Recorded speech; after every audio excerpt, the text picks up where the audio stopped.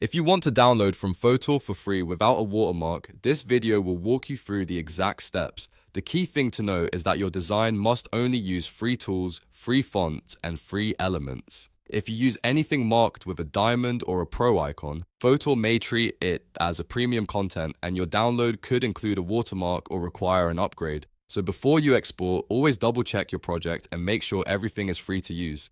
If this video helps, go ahead and hit the like button and subscribe for more quick tutorials like this. Now let's get into it. First, open your project in the Fotor editor and take a moment to review the design. Look closely at every element on the canvas, including text, shapes, stickers, icons, and any other assets you added. If you see anything marked with a diamond symbol or a pro label, replace it with a free alternative before downloading. This step is important because even one premium item can affect the final export. Once your design is fully free, look at the top bar above the canvas. You'll see the download button there. Click download to open the export pop-up. In the pop-up box, enter a file name for your image. This helps you keep your downloads organized, especially if you create a lot of graphics. After that, choose your preferred file format. For most standard uses, JPG or PNG will be the best choices. JPG is great for smaller file sizes, while PNG is usually better if you want cleaner quality and transparency support, depending on the type of design you made.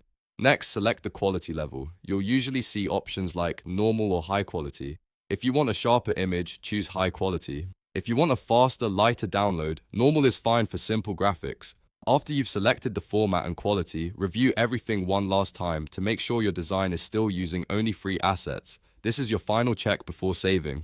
Then, click the download button at the bottom of the pop-up. Fotor will process the file and save it directly to your device. If everything in your design is free, your download should come through without a watermark. That's it. You've successfully downloaded from Fotor for free. The whole process is simple once you know what to look for, and the most important habit is always checking for pro items before exporting.